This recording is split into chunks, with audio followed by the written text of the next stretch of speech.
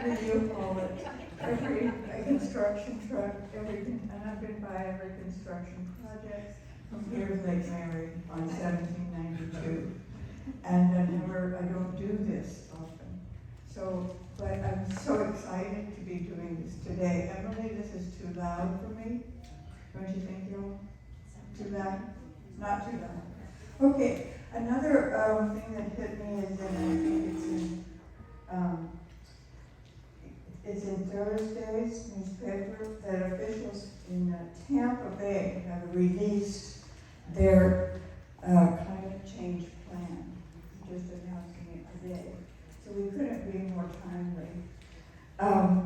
So I have been teaching about global warming in American society since 1985. I have been worn out by it because the news is not great.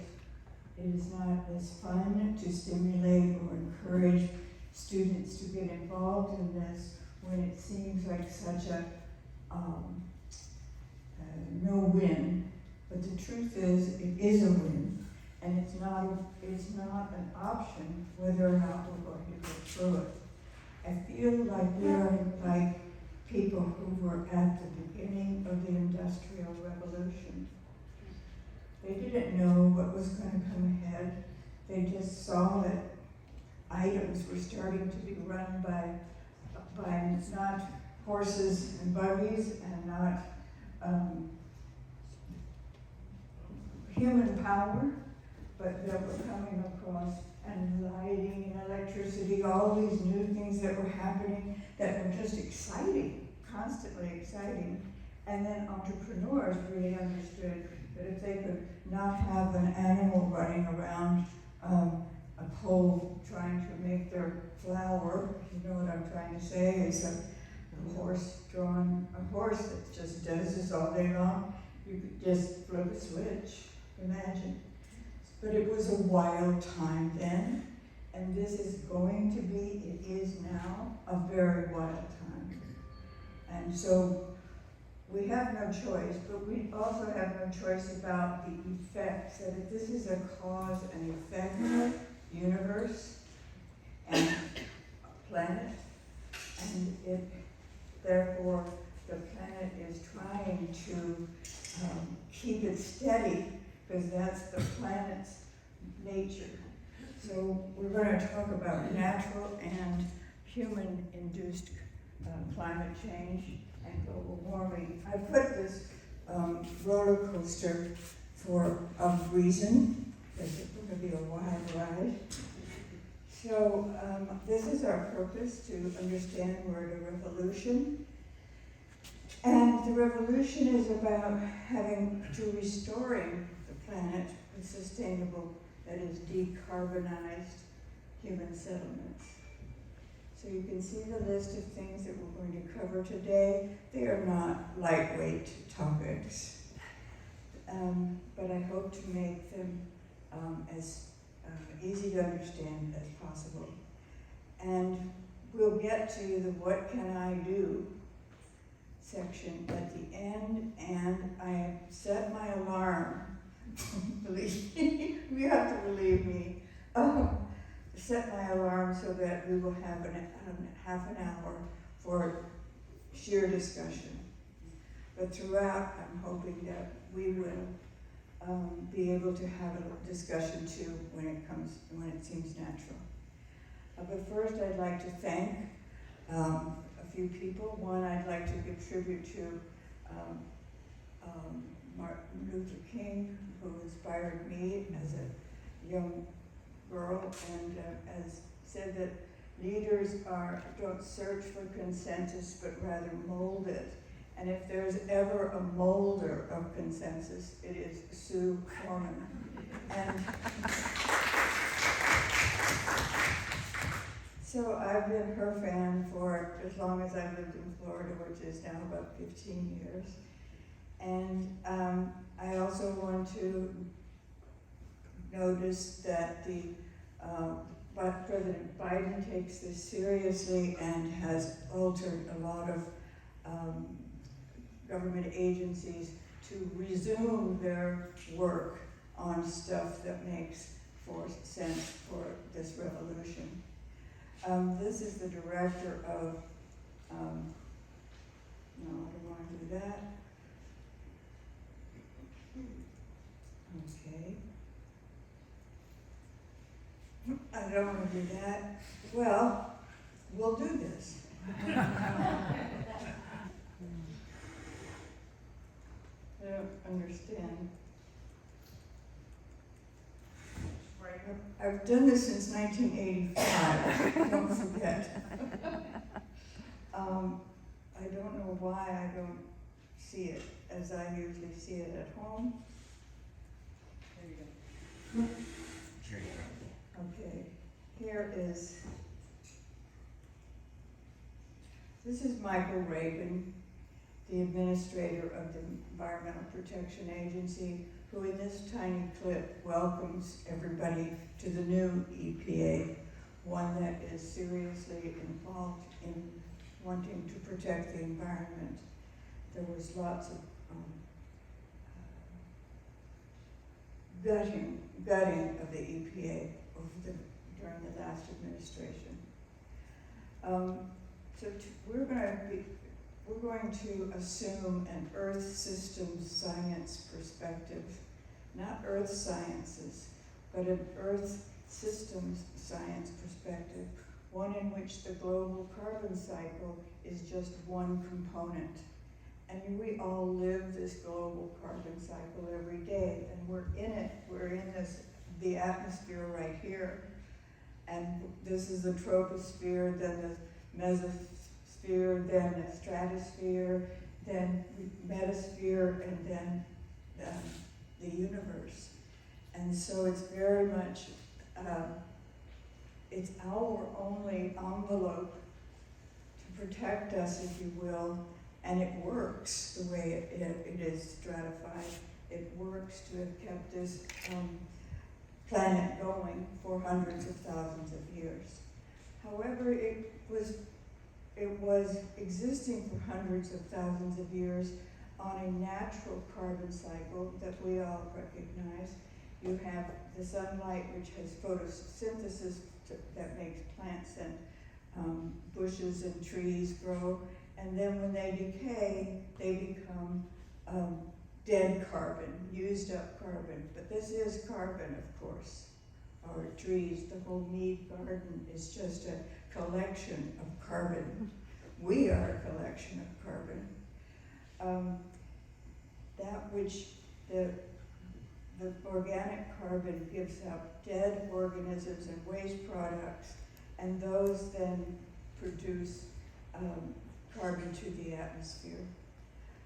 Also fossil fuels and fossils are one source of the dead animals and leaves and trees and dinosaurs that have been under the ground for millions and millions and zillions of years, and they are the fossils, right?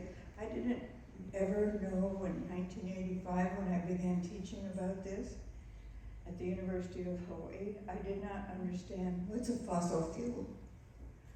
I mean, what is that? And then to realize, oh my God, of course.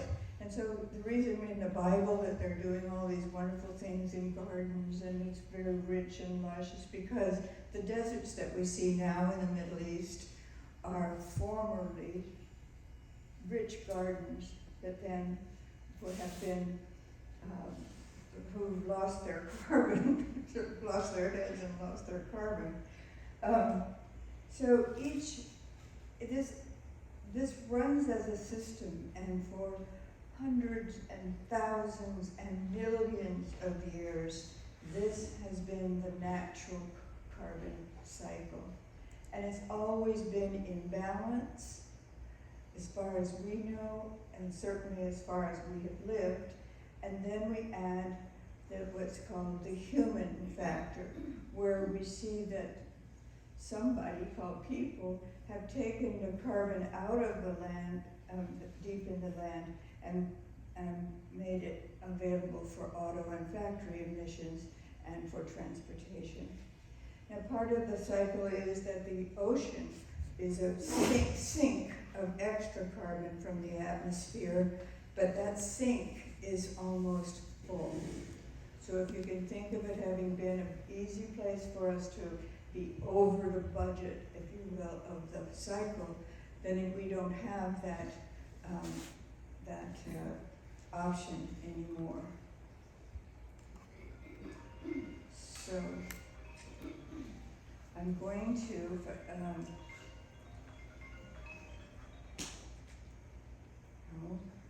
what I want to do is to go down to this slide. I have this absolutely fabulous snippet of a, if anybody knows how to do this better than I'm doing, please help.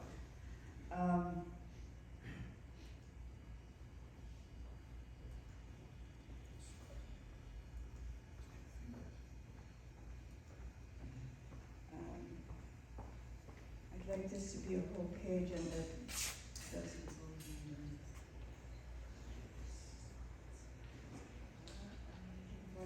After spending weeks working on this presentation, I came across this video which just says everything I want to say, only better. Oh, this is a video? Yes.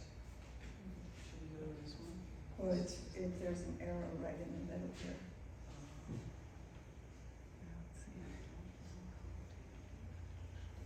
Just make it go lower in here. So you just go to this one. So zoom in. Yeah, so I'm zooming. So Oh, dear. sometimes we pull it at the end. You could, but I want it now. It's easy the way to go on YouTube. No, you can do it right here if you want. So go here first. Every time counts. You know, it might just be a PDF as opposed to a video. Yeah, your video's stored elsewhere. This organization, Every Ton Counts, is encouraging people not to be discouraged that they can't solve the problem. Do you feel a little bit impotent about this problem because it's so darn big? Well, every ton counts, and a ton that's saved in North Carolina or in Abu Dhabi is the same thing to the global carbon cycle. So we have not just an obligation, but we have to have an invitation for everybody to be doing what they can do. One point this will make is that we all have skills that would help reduce our carbon emissions.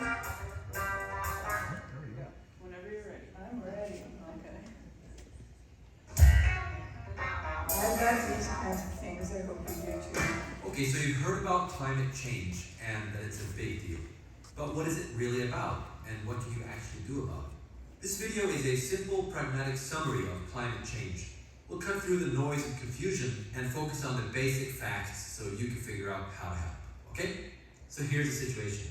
The climate is kind of broken, and we're in trouble because, well, we're stuck on this one planet, so our lives depend on it. The good news is that scientists have figured out the cause of the problem. Us. We humans broke it. Yep. But wait. How is that good news? Well, because it proves that we humans are powerful enough to actually impact the Earth's climate, which means we can fix it. Well, partly at least. But before we get to solutions, let's examine the problem a bit. Here's our planet. For thousands of years, our average surface temperature has been mostly stable. But now, just the past few decades, it has shot up. By the way, this graph and everything else in the video has references. Check the description below for links. On a geological timescale, that's crazy fast. We've never been at this level in the history of mankind, and it keeps climbing. We call this global warming because, well, that's exactly what it is. But wait, a few degrees warmer? Who cares? It's a global average. You might not even notice the difference locally. Well, actually, it has nasty consequences. When oceans get hotter, they expand, so sea levels rise. The heat also melts ice and glaciers sitting on land in places like Greenland and Antarctica, which raises sea levels even further. This rapid change destabilizes the climate. We get flooding, extreme rainfall, extreme storms, a lot of destruction. Other places get extreme drought, which kills crops and causes starvation. We get heat waves, wildfires, water shortage, basically bad stuff happening all over the place. Sure, we've always had storms and droughts and stuff from time to time, but global warming makes them more frequent and more extreme. All this climate-related destruction forces more and more millions of people to flee their homes permanently. And where do they go? Even the places that are lucky enough not to be hit by extreme weather, they need to deal with the growing stream of climate refugees showing up at their doorstep. More people flee, fewer places to go, that's a recipe for instability and war, which in turn generates even more refugees, compounding the problem. It's like we're passengers on a leaking boat. No matter where the hole is, it's still everyone's problem. As this drama unfolds, how do we react? Some react with denial, some with panic, or shame, or blame, but none of that helps solve the problem, so let's skip that. What does help is doing something. At the very least, it feels better than just worrying. And congrats, you're already doing something. Educating yourself by watching this video. Thank you for Now, the being here. first step towards solving any problem is to understand its cause. So let's talk about that. Here's our atmosphere, otherwise known as the sky. You've probably heard of the greenhouse effect. Sunlight continuously hits our planet and reflects back out. But greenhouse gases, like carbon dioxide and methane, capture some of that energy and keep it in, like a blanket. That's a good thing, actually, because otherwise the entire Earth would be a frozen ball of ice and you would be a popsicle. These gases have been pretty consistent for thousands of years, giving us a stable climate and enabling convenient things like, well, human civilization. But during the past 50 years or so, carbon dioxide concentration has suddenly increased by 40%. In 800,000 years, it's never been above this line, and now suddenly it jumps to here and keeps rising. Rising CO2 levels, rising temperature. Coincidence? No. Turns out this is the main cause of global warming. So why is carbon dioxide increasing? All living things are made of carbon. Carbon is neither created nor destroyed, it just cycles around our biosphere as plants and animals live, breathe, and die. So what's with all that extra carbon? Where the heck is that coming from? It all started a century and a half ago when we discovered a really neat party trick. Dig up coal and oil and gas and use it to fuel cars and produce electricity. Wow! These are known as fossil fuels because, well, they come from fossils. Buried carbon from organisms that died millions of years ago. When we dig it up and burn it, we get lots of energy all at once. Great! But a side effect is that we also get carbon dioxide gas. Note an important distinction here. Non-fossil fuel, like burning a tree, does not add carbon dioxide to our system, as long as a new tree grows to replace it. That carbon was already in our biosphere. It is renewable. However, fossil fuels do add carbon dioxide to our system because we dig it up and don't dig it back down again. And so every year we end up adding about 50 billion tons of greenhouse gases to our atmosphere. And about 70% of that is carbon dioxide from burning fossil fuels, mostly coal and oil. And it keeps going up because of more people using more energy. Ha! We found the biggest leak. Now we just need to plug the hole. The second biggest cause of global warming is... Actually, we'll get to that later. Unfortunately, climate change is happening faster than even the most pessimistic climate scientists expected. Why? Because of so-called positive feedback, which, by the way, isn't nearly as positive as it sounds. The biggest feedback loop is water vapor. Hotter oceans cause more evaporation, and water vapor is actually also a greenhouse gas, so that causes further global warming. Second feedback loop, reduced ice cover. Ice reflects sunlight. When that ice cover melts away, more surface is exposed, more heat is sucked in, and global warming increases. Finally, permafrost. Large parts of Siberia, Greenland, Canada, and Alaska are covered in permafrost. Turns out this frozen soil contains lots of greenhouse gas. When it thaws, the buried gases are released, causing even more global warming. So climate change is accelerating because of three vicious cycles. It all works together like some kind of evil scheme from a B-movie villain. These feedback loops are almost impossible to stop, so we really need to tackle the root cause. Since burning fossil fuels is the primary cause of global warming, we need to... It's stop burning fossil fuels. So wait, why are we burning this stuff again? We burn it in power plants to generate electricity. We burn it inside cars and planes to drive them around. We burn it in factories to produce stuff. See the chimneys? Exhaust pipes? Smoke. That's a hint.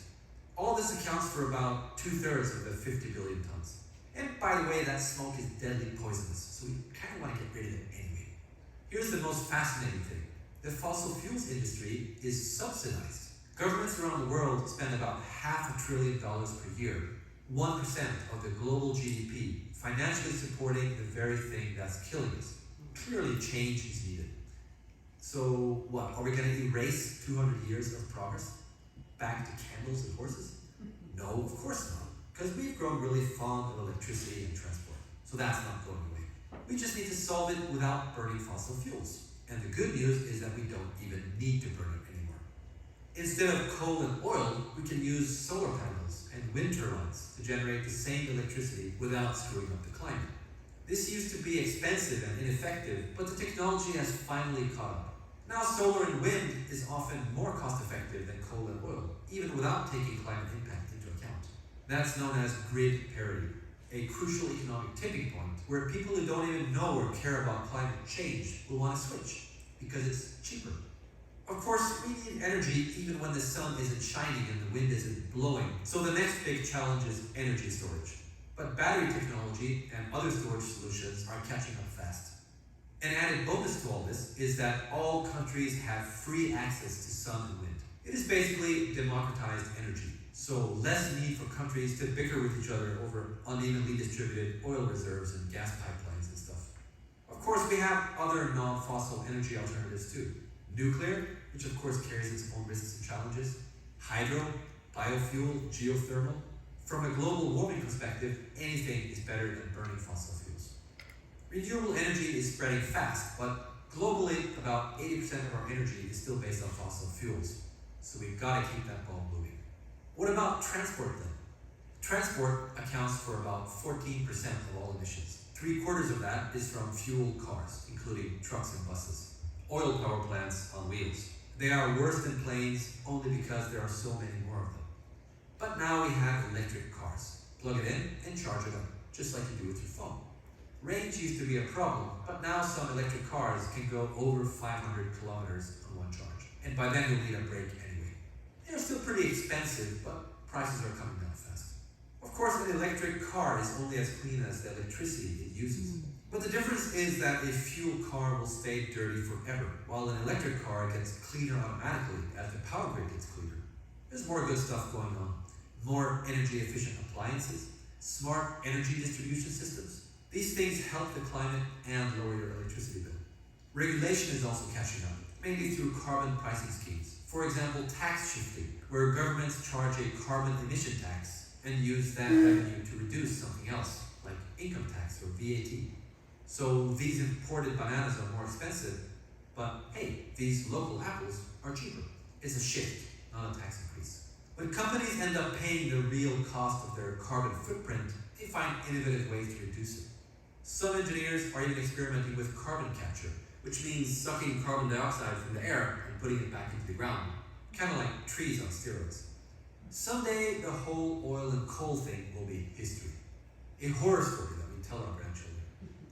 A common misconception about climate change is that lowering our carbon footprint means lowering our living standard. That's actually not true. For example, this is Krakow, Poland. Poland suffers about 50,000 premature deaths per year because of toxic dust from burning coal. Contrast that with this village in Bavaria, which uses 100% renewable energy sources, a combination of solar, wind, hydro, and biofuel. They breathe clean air, produce 5 times the electricity they need, and sell the surplus for a profit. Of course, this is a small village, so it's an unfair comparison, but the trend is clear. This is the future of cities. Better air, less traffic noise, and basically a higher living standard. Remember, roughly 70% of global warming is caused by burning fossil fuels. As we gradually shift to renewable energy to power our houses, cars, and factories, most of that stops. All we have left then is Oh yeah, the second biggest cause of global warming. We destroy a lot of forests to clear space for crops to feed livestock, especially cows. Causes a lot of carbon dioxide as well as methane emissions. In fact, forestry and agriculture adds up to almost a quarter of all greenhouse gas emissions, more than the entire transport industry. A lot of innovation is happening to reduce this, but at the end of the day, we really need to eat less beef. That's a hard sell to some people, but meat lovers, don't panic. Pork and chicken and other meats have 5 to 10 times lower climate impact. Now you may be thinking, okay, so we have a problem, and it's bad, but it's being solved. So why should I do anything? The problem is we need to speed up. There are plenty of bumps on the road. Technical challenges, political challenges, and of course resistance from oil-profiting organizations that don't really appreciate going obsolete. The faster we move the ball, the less of these horrible consequences we need to suffer. So what can you do? In management circles, people are often referred to as resources. Nah, people aren't resources. People have resources. Money, time, passion, creativity, skills, tools, and of course connections to other people who in turn have their own resources. The mix will vary from person to person, but any resource can be used to help reduce global warming. For example, use your personal network by simply spreading this video, and already there you made a contribution. For every person that sees it, the likelihood increases that someone will do something. And even if only 10% of our actions end up being effective, with 1 million people doing one thing each, well, that's 100,000 effective actions. It adds up. For example, use your voting power to put climate-aware decision makers into power, or carbon pricing laws in your country. Use your purchasing power. Put solar panels on your roof, or switch to a renewable energy provider. Buy an electric car, or invest in a company that produces them. Tweak your personal habits. Less flying, more train. Less driving, more biking. Less beef, more anything else. As a bonus, many of these things improve your health as well as the climate. But keep in mind, changing your personal lifestyle isn't the only way to contribute. Look beyond just yourself. Got some savings? Invest in solar panels somewhere else in the world. Over 1 billion people in the world lack electricity entirely, so they burn kerosene and diesel for light and power. There are now crowdfunding platforms that provide these villages with rental solar panels instead, which is a triple win. Inhabitants get electricity and a better living standard, global warming is reduced, and you can earn a return on your investment. Think about the global impact as well as local. On average, each person on Earth causes 3 to 18 tons of greenhouse gas emissions per year, depending on income level. Doing the math makes it more interesting, almost like a game. For example, for me, switching to an electric car reduced my family's footprint by 3 tons per year. But a single $500 investment in solar panels in Kenya enabled a 14-ton yearly reduction because of all the kerosene they no longer need to burn. My point is, a ton is a ton, no matter where in the world it is reduced. Overall, renewable energy is a fast-growing area, so there are plenty of opportunities to make a buck while also making a difference. And if you don't have extra money yourself, well, you can help your rich cousin do something useful with their money. Do a lot of business trips? Get your boss to carbon offset your flights. That means compensating for your emissions by paying to reduce it somewhere else. Got programming skills, testing, design? Help create apps and websites, like this one, Electricity Map, a cool open source project that visualizes live the climate impact of each country's energy production. This helps people make better decisions. There's more things you can do, like digging data, do research to provide the raw data for tools like this. Got a big network? Form a community, or join ours. Got writing skills? Inspire people with success stories. Engineer? Build all this cool technology. Lawyer? Politician? Improve legislation. Reduce fossil fuel subsidies. See the pattern? There are lots of ways you can help reduce global warming. You may even totally disagree with some of these actions, and that's fine. Think of these as levers you can pull. You decide what you're willing to do and what you think will make an impact. This atmosphere is the only one we've got. It's shared by all countries. So no matter where you are or what you do, every ton counts. Pretty good, huh? Yeah.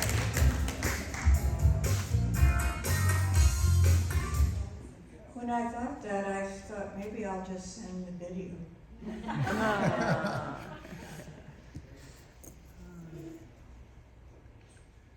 where you were? But I can't not do professorial things. Well, I can't do them well, it looks like, when I try and use this machinery. One of the things to emphasize, and that's what I'm gonna try and do, is to reinforce some of the things that we saw in this informative video, is that there is differential responsibility for the global situation, or the global warmth, and you can see that we have been per capita consuming 16.6, only Saudi Arabia that has plenty of oil is using more. And in terms of cumulative, the United States, with 5% of the world's population, consumes 25%. China, with its billions, 13%. Japan has millions and millions of residents, but they all cram into cities to make sure that the greenery all around the islands is productive and healthy and feeds them. They have a tradition of self-sufficiency. In fact, my first job was at the University of Hawaii, and it sounds like a cruise, I know. It sounds like, oh, she had so much fun there. And she did. But I also had a governor who created a task force for energy self-sufficiency, because the islands are completely dependent on the outside world for their energy. So I was on his task force, the only sociologist, mostly engineers. I love them. My husband's an engineer. You see, I love them. And I was able to be on the subgroup that looked at geothermal energy on the Big Island. And there was a proposal by businesses that they would build a 3 megawatt geothermal plant, which they would then go mine the ocean floor for manganese nodules and bring them to the plant with this energy wealth, and they would split all that and then dump the 99% of the rocks that were toxic. But they'd have manganese, so there was a product. Well, in my research, I was able to see that nobody in their right mind who lives there would want this to happen. It turned out that there's too much energy to dry their wonderful flowers. It was too much energy to do anything, especially it could not air condition the island of Oahu, because there is the second deepest trench on the ocean floor, and the cable going across from the island, the Big Island, to Oahu would be then vulnerable to interference, sabotage, etc., and was not at all interesting to investors.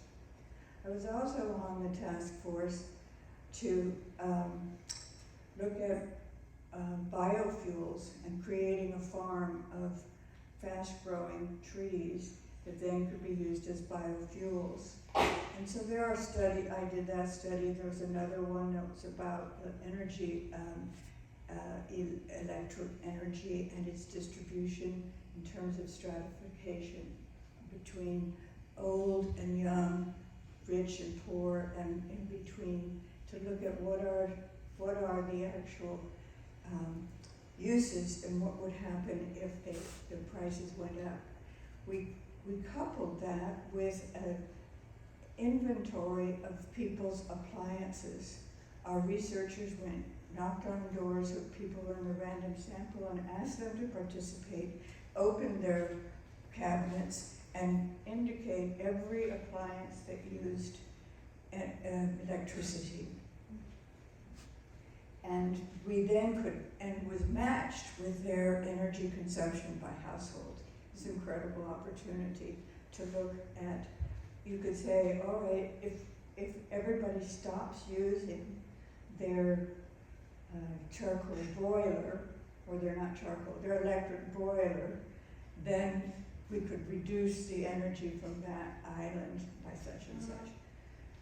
And it would be, those are more likely to be used in middle class rather than poor homes, and therefore it would be more affordable to donate them for other uses.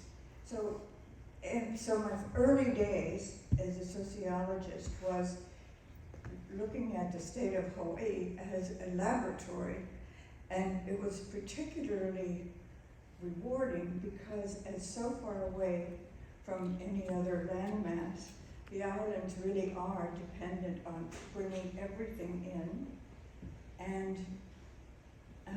energy self-sufficiency was obviously the way they needed to go. And they had so much. They also had another group looking at wave, tidal and wave power, which we included groups of surfers on these task force because this was a very big industry and tradition in Hawaii. What else did we look at? Well, it was too soon to look at sidewalks, which are coming to places. I hope the one that's going in the airport is going to be one where what you do in the sidewalk is actually making energy. So as you go to that plane on that people mover, you're making energy. There's so much we can do, and so we're going to excite those engineers who are so good at solving problems. Okay, moving on.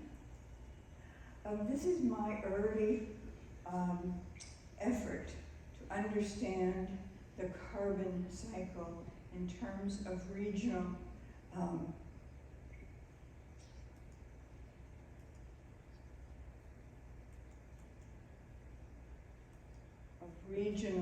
you can see this carbon budget. So every place has a carbon budget, whether you know it or not. You're trying to balance what's coming in with what's going out. And here are the proximate drivers, and those are CO2 emissions from the things that we have that use fossil fuels. And on the other side, deforestation, taking away the sinks that balance the emissions in terms by urbanization, infrastructure extension, wood extraction, and agricultural expansion. Agricultural expansion turns out to be a really critical factor, and we're going to look in a few minutes at methane because of the cows and lambs. The underlying human dimensions, the causes of these two things, deforestation and CO2 emissions, I argued came from the cluster of population, organization, environment, technology, institutions, and culture. And I call this in the literature the poetics of place. By this I meant, or could specify, when I go further, by this I'm here listing the things that you would be including if you were doing a full-blown test of this model, or if you wanted to see if individual characteristics or attributes were more indicative of population's contribution to the overall poetics of place, that is, the overall place's carbon budget. And the technologies you would be evaluating were oil and gas, coal, nuclear, green technology, whatever you mean by that, and artisan organizations in terms of production. So we would have a sort of, I'll say, a hippie economy. Wouldn't that be great? And under institutions, you've got to have the buy-in and the habits changed of all your major institutions in your community. Not easy, but it's a revolution. And slowly you're seeing every institution influenced by the carbon cycle, and actually influenced in terms of their knowledge of their options and the consequences of inaction, and the opportunity to be creative, innovative, and on the cutting edge of being on the green side of life. However, I want to stress that there will be for citizens and citizen groups hundreds of proposals to do these things. There's one proposal to make a land pool of sand that a utility company can put its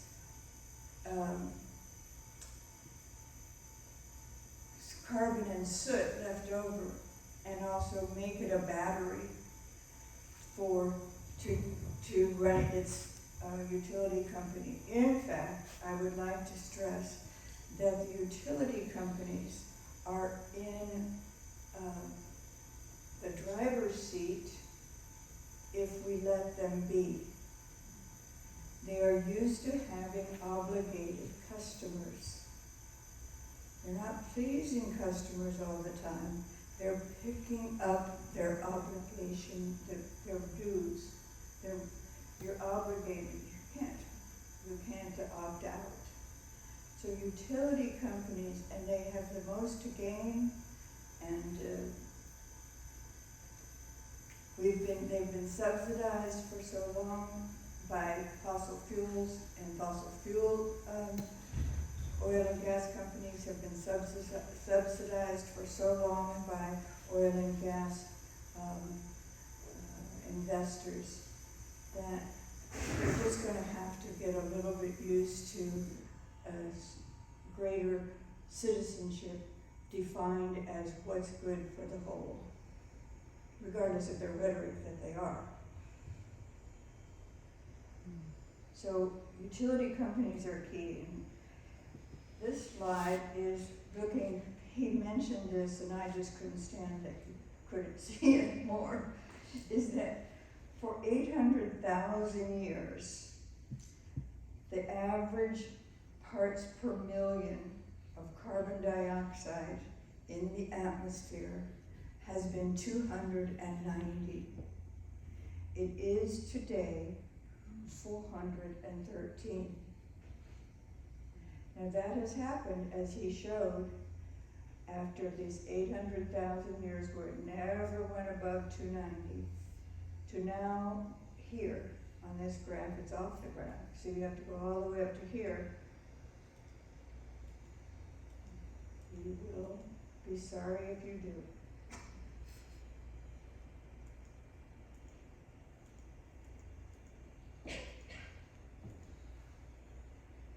So,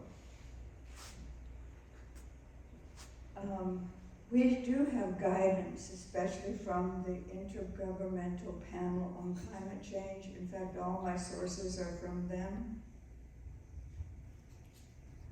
And these are thousands of volunteer scientists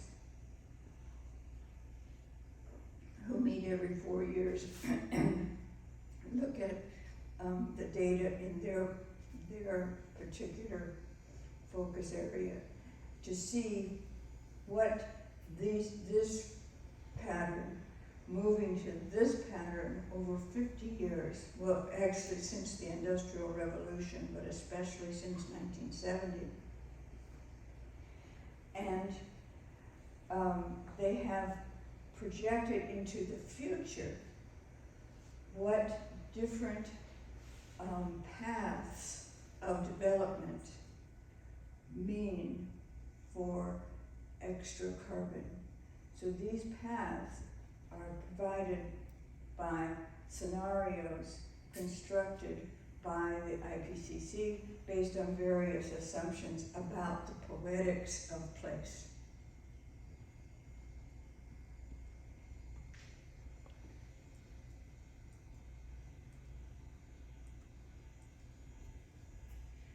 Here we see those scenarios that are predicting that we will be, in terms of centigrade, will be increasing by 2100 in a range between a plus 2 to 10 degrees Fahrenheit on average to 1.4 to 5.8 centigrade. Now, we know what's happened with even less than 1 degree centigrade in terms of the weather that we have seen, the extreme weather events, the frequent floods in a 100-year flood zone. So the deal is, this overall system is overheated and needs help. This is another view of human scenarios to predict temperature increase. And these are the different scenarios from the poetics model.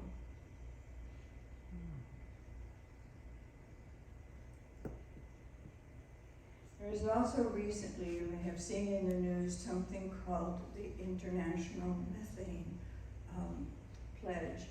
And these are efforts to reduce methane emissions by at least 30% from 2020 levels by 2030, which would eliminate 0.2 degrees centigrade warming by 2050, a huge contribution.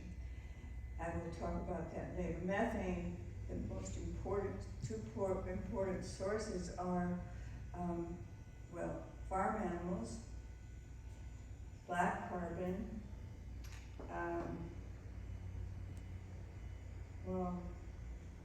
I shouldn't tell you this yet.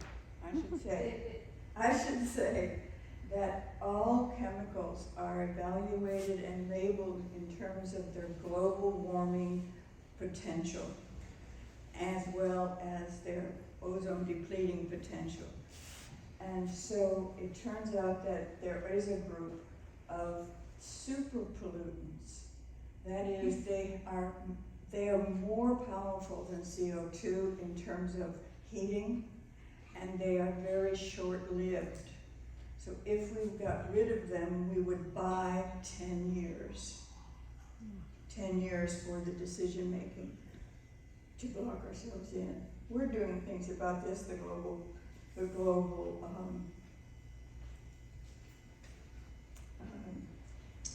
methane pledge. But here are we with black carbon, diesel exhaust, biomass with cook stoves that are so popular in sub-Saharan Africa and India. Natural gas is not so wonderful. Landfills are also a tremendous source of methane. And in fact, if we would take on the livestock and eat less beef and lamb, we would have less methane, direct methane in the atmosphere, and less in the landfills. These are called short-lived super climate pollutants. Again, a short lifespan and extremely damaging record. So we could avoid, so that say the authors, feedback loops and tipping points if we adopted those. Here are the authors. They're here on this slide because they're pals of mine who have been working in this area for their entire careers. And here is one of those speaking to you from... My name is Sue Jackson. I'm from Ireland. What I did for my RISE project was reimagining ancient Irishmen. Well, to discuss this further, I'm joined from Washington by Derwent Selke, President of the Institute for Governance and Sustainable Development. Thanks so much for coming on the programme. Glad to be here. So, let's focus on methane. How significant do you think it could be? Well, it's the single biggest and fastest, and as you point out, also cheapest way to slow down warming in the near term. It's really important to make a distinction between the long-term goals of net zero 2050. That's 30 years away. We need to bend the warming curve this decade, and we need to do it very, very quickly to slow down the self-reinforcing feedbacks that are about to push the climate system beyond human control. Okay, well, given that significance in the relatively shorter term then, how do you go about cutting methane? Well, there are several sectors you have to focus on. The first one is the oil and gas and coal sector, fossil fuel. Now, we need to phase out of these fossil fuels as fast as we can. And that may be 2 decades, 3 decades as we move to net zero. But in the meantime, we have to stop the leakage of methane. Methane is the primary component of natural gas, for example. We got a lot of gas coming out of fracking and coming out of old oil and gas wells. So that's number one. Take care of the immediate leaks from the oil, gas, and coal bed methane as well. Methane is what kills the canary in the coal mine. And then you've got the waste sector. So landfill waste, this is our organic waste we throw away, a lot of food waste which we should not be creating, and also wastewater treatment. So that's another big target. We need to reduce that as fast as we can. We know all the technologies we need. And then finally, and a little trickier, is methane from the agricultural sector. So manure lagoons are a big source of methane. You can put in a biodigester to capture that methane and actually turn it into a fuel on the farm. And you can also change the feed for the ruminants, for cattle, for sheep, and lower their enteric emissions as well. Okay, I hadn't heard of that little trick before. That's interesting. Going back to things like the oil and gas, though, surely that's where there's potential for opposition or at least slow movement here. That's some of the challenge. Well, yes, but if oil and gas and coal is on its way out. I think we can move away from coal. But oil and gas business will not survive and keep their social license if they don't immediately cut methane as we transition them to clean energy businesses or shut them down completely. I mean, they will be themselves a huge stranded asset. Okay, finally, just given the normal focus on CO2 emissions, that dominates the conversation, how confident are you that we will make the significant reductions that we need in the short term to really make a difference? Well, I'm confident, but both because we have to do it and because we know how to do it. So the European Union and the US have put together the Global Methane Pledge. They've discussed it at the Major Economies Forum meeting just a few weeks ago, and they're moving forward at COP26 to make a big play on methane. And this is a critical step along the way to a global methane agreement that should be modeled after the Montreal Protocol, the treaty that has protected stratospheric ozone and done more for climate than any other treaty. Okay. Thank you very much, Emma. Ladies and gentlemen, it's a real delight to be back. Well, to discuss this further, I'm joined from Washington by Derwent Selke, President of the Institute for Governance and Sustainable Development. Thanks so much for coming on the program. Glad to be here. So let's focus on methane. How significant do you think it could be?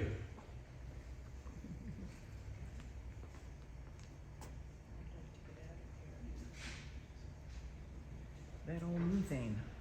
I thought I knew a lot about this. So here it says to follow up, and then I'm going to stop, because we're going to talk, is that methane is our first priority coming from natural gas stoves, for example. also the landfills. And here are the methane emissions per animal.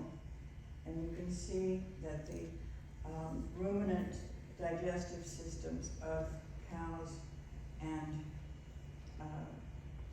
sheep are just some of the major contributor. And you heard there was talk about changing the feed for the animals. So then what can you do now? Stop. In all of these areas, I made a list of things that you might do if you were trying to reduce black carbon and methane in your daily life, and also in hydrofluorocarbons in terms of energy efficiency. I think we're taking care of that. And essentially, also an essential thing would be to stop idling cars. And I don't know about you and delivery people who they're out there, but they're organizing their truck inside, but the motor's going. Or some people sit in the parking lot at lunchtime with their motor going because they want the air conditioning, because they want the radio. So we've got to change a few mindsets, I think. Or I would say, buy those fans that you can put around your neck and they blow up at your face. They're very good. All right. Let me see how we're doing. I think it's time for questions, discussion, and I thank the IPCC, the Intergovernmental Panel for Climate Change, for all their work, and I thank Every Ton Counts organization and the Montreal Protocol people that do it. So I have this because this is my characterization of society. As a sociologist, I would suggest this is the most appropriate. Everything is all connected to everything in some way, but if you pull on one little piece and hold on to it, you can find its lifespan, its lifetime. So, thanks to you all, and now shall we thank Dr. Canan?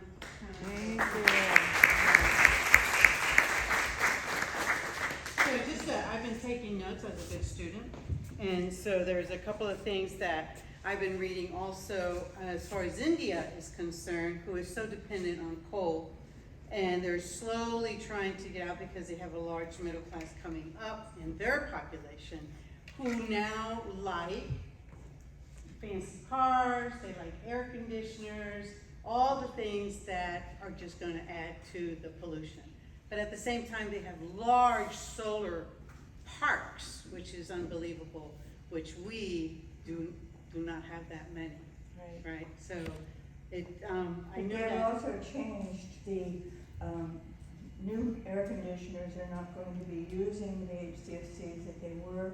There's now a substitute, so that has a little ammonia in it, and it'll be a little more flammable, and so that will be part This way. Okay, that will be part of the solution to that. But you're right, the demand for air conditioning worldwide is enormous.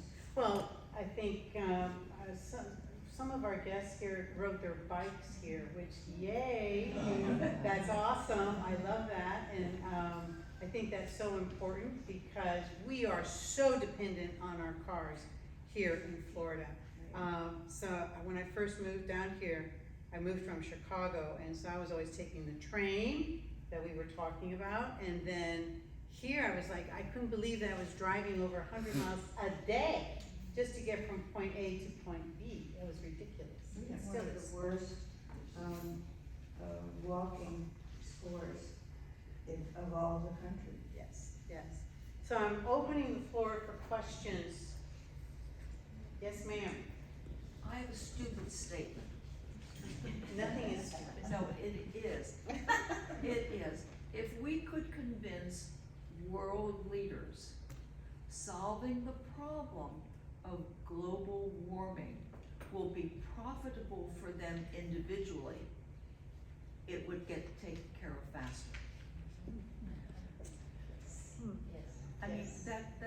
That's where the problem is. Our contribution to them would have to outrank the contribution they're getting from oil and gas companies.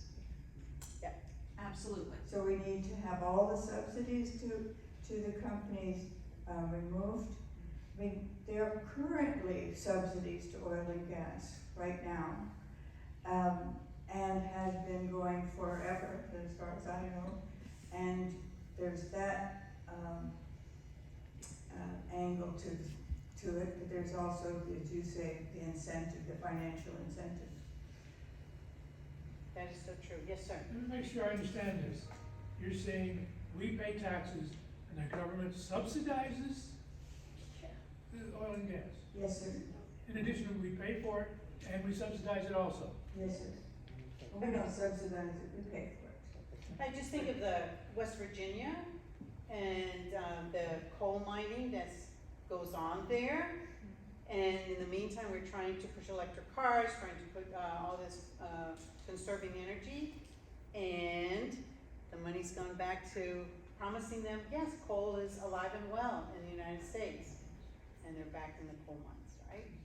We do not provide an alternative, or we don't educate all the people that have given all those years to working in the coal mines, educate them to do something else. And the trains that bring the coal here, that go to our utility companies, they're not covered tightly. So as they're going through communities, the dust is black soot, which is one of these super pollutants that we were talking about. If we could get rid of those, I mean, we just have to make a rule that you have to have covered bins on a train for transporting coal. There's so many solutions. That's what's inspiring or hopeful. Yes, sir. Sticking with our table, I guess. Dr. Canan, thank you for your lifetime commitment to this. It's very important for all of us. Appreciate it very much. But I'm interested in hearing your comments on what is happening in California. It just seems to be a petri dish for disaster. Well, tomorrow it will be the Midwest. It's just everywhere. I mean, there's no place that doesn't have weather incidents, and that they are increasing worldwide.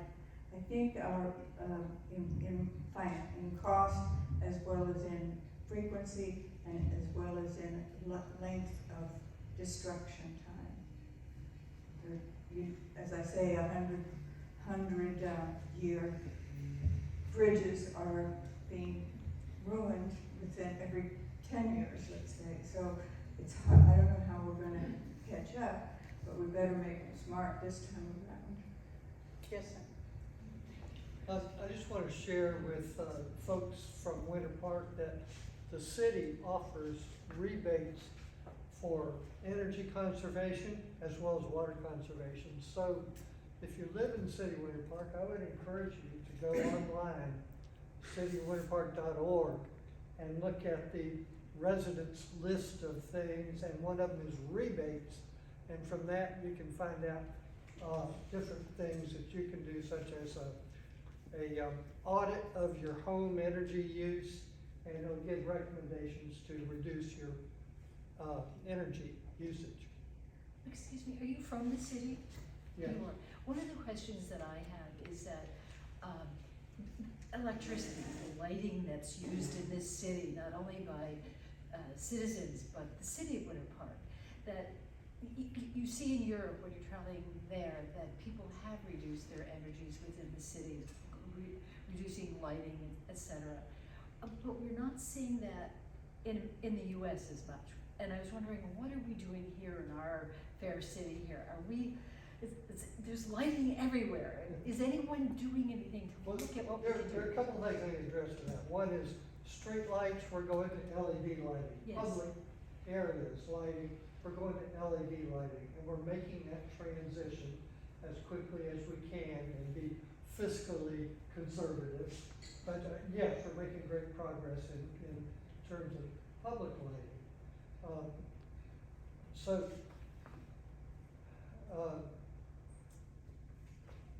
Another thing we have done with the city is we have elevated the effort for sustainability to a department level. It used to be Keep Winter Park Beautiful. It's a division way down in the city.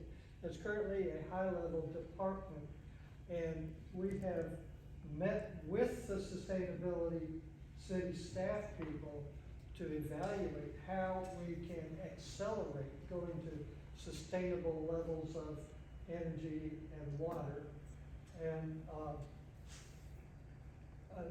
that actually has changed the way that the city has looked at how we elevate sustainability in general, which of course includes energy usage, to try to get on the forefront of that.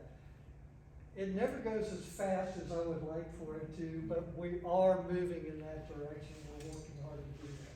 Please let me introduce, if you don't know, Marty Sullivan, Commissioner Marty Sullivan from Winter Park. Can I just follow up on this too? And this isn't to attack the city or you or anything, but you know, I can walk in my neighborhood and I realized with all the development that we've had in the city, that the lighting that people use in their home, it's an individual decision in our homes, and yet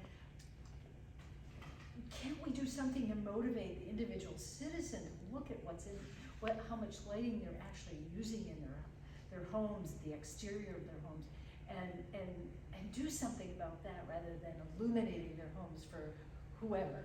So well, that's one reason why I bring up this program with the city for energy conservation, where you can get rebates for changing your energy usage in your home. And I appreciate that, and any suggestions that anyone has that we can actually promulgate these programs and get people to use them, and in turn reduce the energy usage by individual homeowners. That's a great idea, yes. and promoting it. Commissioner, I think there's going to be pressure to ban these single cycle motors that are part of the blend leaf blowers and others and edgers. I know that 1 hour of their operation produces as much as a Prius going 1,200 miles. We have a law and noise that we have a law prohibiting gasoline leaf blowers. Oh. But we gave it some time to make the lawn maintenance people to be able to convert to electric leaf blowers. That as of June 2024, they are illegal in the city of Winter Park. Can we get industries to be partners in the rebate program? In order to buy the To buy their replacement, a battery pack, for example? Well, the reason we gave that amount of time is that they replace their own equipment.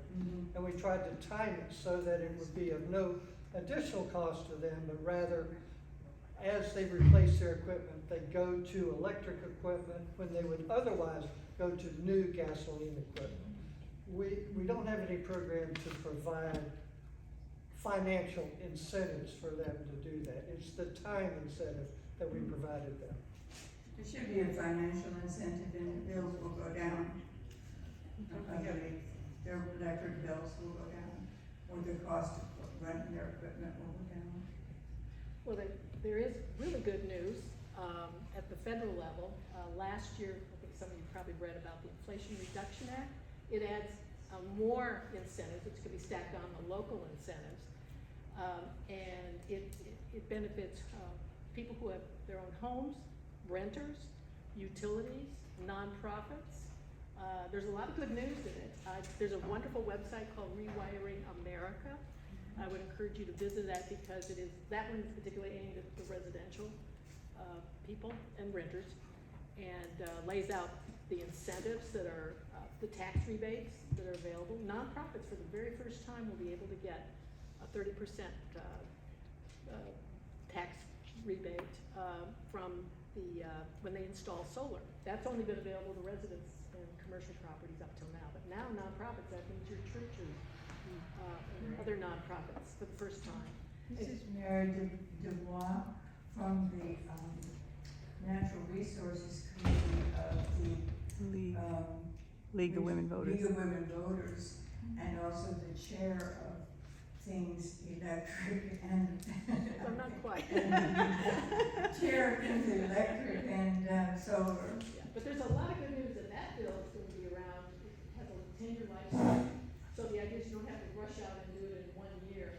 You can do it somewhere in this 10-year lifespan. So the idea is when your air conditioning goes out, know about that there's a heat pump option out there, and there's a $2,000 tax rebate available. So lots of good news. So we need to educate ourselves about what the federal law is. Well, I really appreciate that because I just installed a heat pump at our house. So Oh, cool. I'm getting on that website soon. Hi, once again, thank you for your presentation. I wasn't able to be in your class many years ago, but I still feel like I'm a I student. can't hear you. Oh, sorry, let me come close.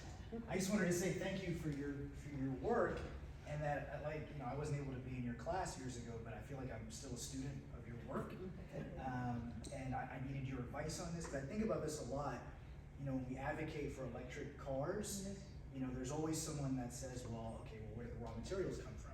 And they bring up that next question. It's like, how do we navigate that conversation, advocating for electric cars, knowing that there's still a carbon, percentage there? Carbon source fuel. Yeah. Yes, So, that's right. Well, your electric car gets more efficient over time only as the power company gets more efficient and more green, if you will. Otherwise, it's still the same power company. yeah. I mean, I remember, and most of you probably remember 2008, and the Obama campaign, and they were really big advocates for, natural gas being the transition fuel. And now it's been kind of like a 180 on the left in terms of, seeing that obviously natural gas has a huge implication. But Well, that narrative is natural kind of, gas is mostly methane. yeah. So it's a complicated subject. We've been living it ourselves forever without thinking about it. So this is really a lesson that we have to think through our lives. So down to, do you have an electric blanket? I have a question. Yes, thank you for the program, especially for the realistic application of energy saving. And I appreciate Winter Park. My husband retired from Washington, D.C., and we chose to retire in Winter Park because it's walkability. And we searched very hard. What's interesting is that we found that almost no one's walking in the street as we moved here. And we tried the public bus. There's a public bus stop in front of us, and there's constantly only one person, sometimes empty, on the bus. It's a huge bus. It takes a lot of energy to run the bus. And the bus would cause the destruction of the roads and would emit and would have accidents and everything. But what we wanted most to save energy, it's not even being addressed. On the other hand, I came from this country over 40 years ago to study the advanced knowledge of the United States. We constantly talked with our professors. We were surprised everyone was driving here. Of course, people wanted to get there fast, and people want the individualism. That's the number one thing. And we were surprised to find a huge country like in China from energy. I don't like communism. I hate communism. That's why I came here to this country for freedom. But there, even in a communist regime, people were energy serving because they couldn't depend on anything else. Public bus was running efficiently. But here people were laughing at people using public buses. Ha ha ha, they are driving, like 100 years ago, whatever. But it was an excellent system, same as Europe. And I kept going back and forth in the 40 years to find the Asians, of course, more than half of the population of the world, they don't consume beef. And I constantly translate for the beef industry for this country, for the Chinese, to promote their beef industry. And then the people make the animal feed with chemicals, whatever, to send to China to promote the beef industry. That's just one of the side stories. We don't hear anything addressed from here. But just talking about locally, about the electricity, about the consumption, about the clean air in Winter Park. This public transportation is a great potential. Why don't we make the cars like in Japan, very dependable, especially you talk about Hawaii as an island. Taiwan is an island too. It's energy efficiently dependable. And how do we learn from those things a little bit instead of a dogma, or instead of having all the leaders, they understand, but they don't address. That's the thing. We have to live here. We spend 40 years already working hard. We come to a search all over the world to find a livable place, walkable place. We come here, we find no one is walking. Okay, that's my 2 cents. You make an excellent point. Excellent. I moved down here 30-something years ago from Chicago, where I could, 8 o'clock, get on that bus, and I knew that 8:30 I would be at my job on time. And I came here and I said, well, I'm gonna take the bus. 2.5 hours later, where my car, if I had driven to East Campus from where I lived, it would have taken me less than 30 minutes. 2.5 hours later, I got to campus. I said, what the hell happened? So, I had to go all the way down to the terminal, then go all the way over here, and I said, what nonsense is this, that we cannot learn this? When I get on 417, I vision a train in the middle going back and forth, taking people to work, right? That's my vision there, seeing, look, people from Lake Mary can jump on the train and get to Orlando, hook up down 408 and go down there, and we don't, because it's all, your vote is so important. Your vote is so important. That's the bottom line. It's your vote. Because we have widened I-4 an inch every year. Why?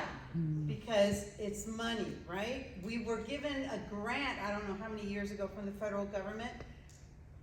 People started bickering. Money went to another state, and they created this fantastic road system.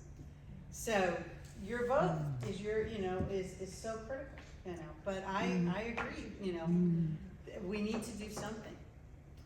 Yes. Are any of the universities or school systems dealing with this, teaching communities how to transition out of what I'm thinking about is a minor.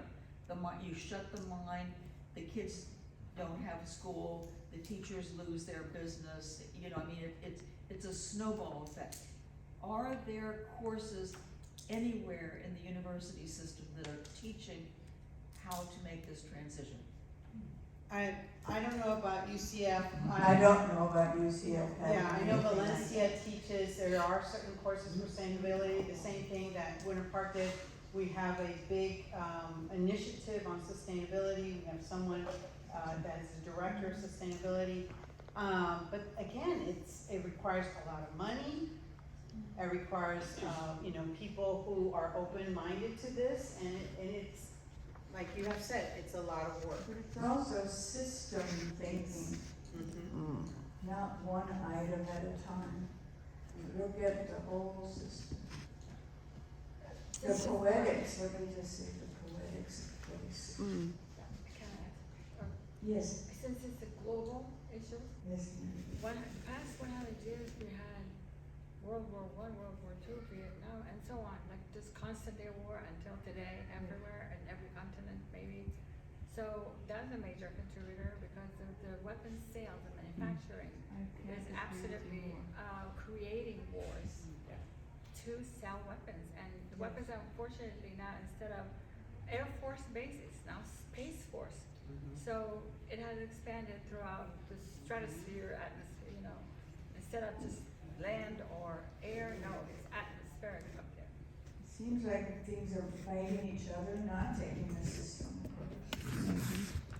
But I think I'm sorry to say, I think the foul weather that the Earth is going to produce, because we're at 415 parts per a billion in our, as opposed to 290, is going to be a slam, with the Earth just doing what it has to do. And we're gonna wake up and say, I hope I can walk to the store. But you're right, I mean, where are gun sales in any, what do you call it? Transparency about gun sales. It's massive pollution, absolutely. Yes, It's bigger than me possible. driving my car. Yes, of course. Other questions, comments?